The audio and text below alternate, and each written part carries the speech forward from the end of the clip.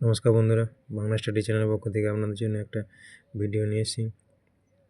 ভিডিওটি শেষ পর্যন্ত ওয়াচ করবেন, আশা করি খুব হেল্পফুল হবে এবং ভালো লাগলে লাইক কমেন্ট এবং শেয়ার করবেন এবং যারা চ্যানেলে নতুন আছেন প্লিজ সাবস্ক্রাইব এবং ফলো করুন। এখানে আপনাদের কাছে আজকে ইন্টিগ্রেশনের একটা ম্যাথ তুলে ধরছি। এটা সমাধান করব।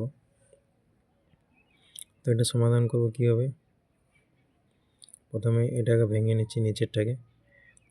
উপরে আছে sine cos 6 cos 6x into cos square x dx। Sine to the power 6x আর cos টু দি 6 এটা একটা লিখবো আর এটা আলাদা লিখবো। Sine to the power 6x cos to the power 6x into 1 by cos square x dx। এটা সমান কি, সাইন বাই cos সমান কি জানি আমরা, tan। তাহলে এটা লিখবো tan to the power 6x আর 1 বাই cos সমান হচ্ছে sec square x dx। যেহেতু এটা আমরা লিখেছি, এটা ব্র্যাকেটে লিখবো sin x by cos x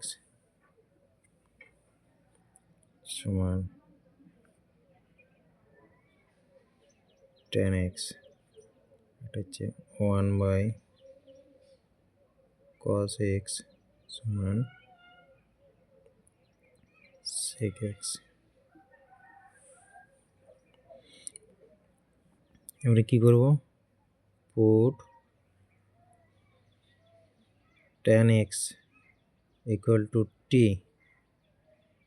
এটা কি হবে তাহলে sec স্কোয়ার x dx। তাহলে এর মানটা কত হবে, dt হবে, সরি dx dt। I সমান